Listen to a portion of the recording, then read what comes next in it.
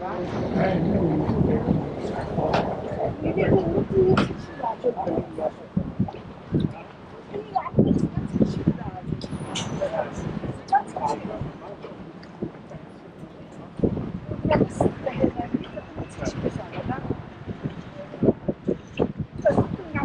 cold.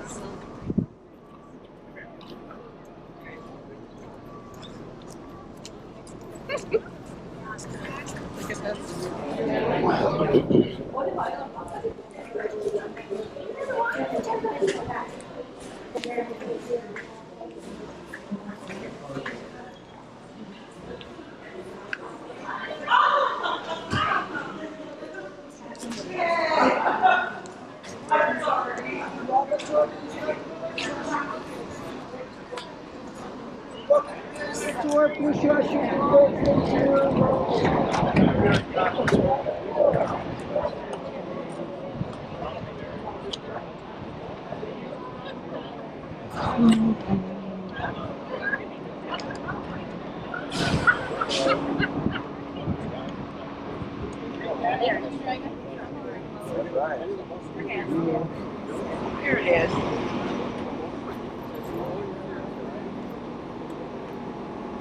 Why? 110? Yeah. That's correct. There we go. Have a seat, sir.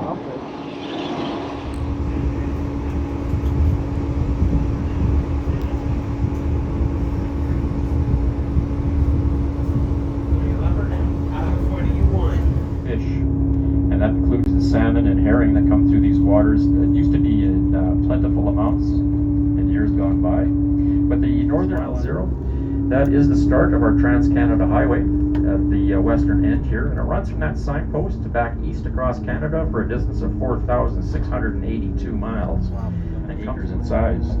Now this was once land that was owned by the Hudson's Bay Company, and now they established a fort here back in the early 1700s, and it was called Fort Victoria back in those days. Now they maintained the lands here as a militia training ground and storage facility for their endeavor here in Victoria, or South Vancouver Island, I should say. Now Victoria was incorporated as a city in 1863, and it was at that point the Hudson's Bay Company bequeathed the lands where the park sits as a gift. A couple of stipulations: that no commercial trade take place within the park boundaries, or there were to be no fences erected around the park boundaries for eternity. And all activities in the park are to be free for all citizens to enjoy. So you can come today, you don't pay for parking. You can take part in their tennis, racquetball, putting greens that we have here, giant chess games and the like. Everything is free for everyone to enjoy. Now we're going to slow down here. Oh, you notice the peacocks. Yes, we have 36 here, folks, that call the park home year-round. No, peacocks are very noisy at the best of times, but in the evenings as the sun goes down, they get very noisy. So much so that you can actually hear them right through the downtown area.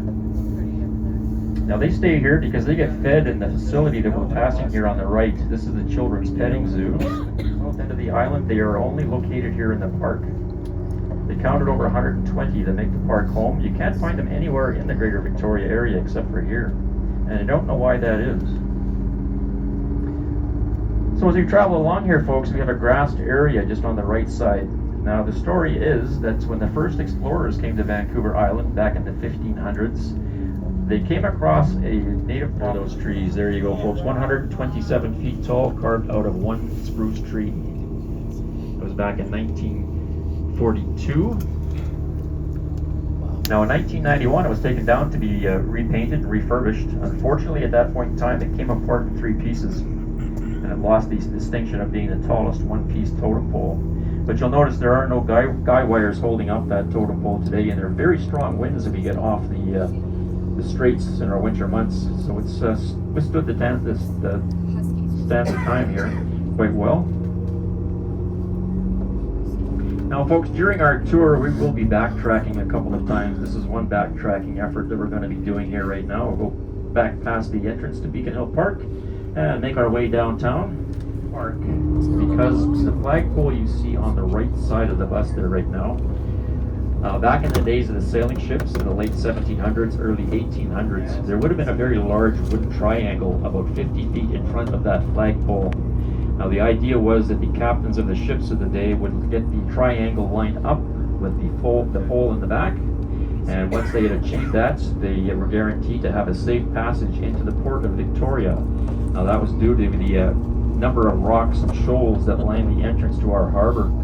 So as long as that triangle was in the middle, South Park Elementary, just on our left, the red brick building. Now that building was constructed in 1895, and it's still in use today as an elementary school managed by the Victoria School District. Church of Our Lord, or as we in Victoria like to call it, the Cool Church. Now that is the oldest wooden church in Western Canada, dating back to the early 1800s.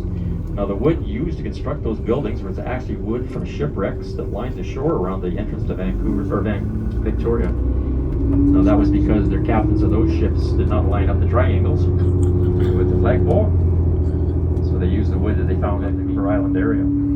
That building was constructed in 1926. And it is the church that dignitaries and royalty use when they come to Victoria for their visits, whether it be state visits or just a tour of Canada. We've had Queen Elizabeth and Prince Philip there on numerous occasions. We've also had Prince Charles and Lady Diana attended services here on when they came here for part of their honeymoon, the Canadian part of their honeymoon. Now, very theater. Now, the Royal Theatre started out as one of the Pantages groups of theatres back in 1920. Now, Pantages had a theatre franchise where they established theatres in all major centres in Canada and most of the major centres in the United States. And that maintained.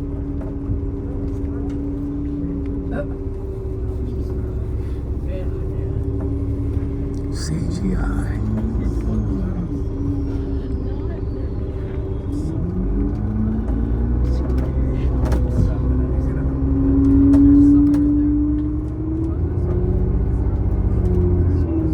Now we are traveling up Fort Street, or as it was known back in the 1700s, 1800s, this would have been the Fort Trail. So the Fort Victoria at the time would have been behind the bus right now by about 3 blocks, right on the Inner Harbour. We do have one on the Fort Trail or Fort Street, a little further up the road here, and I'll point it out to you. Now the mile houses now are turned into pubs, or they actually were pubs or hotels back in those days too, with a place to water the horses and feed the people that came here. Now traveling along this roadway, folks, you'll notice some of the older homes here have quite a bit of a Victorian architecture to them. These houses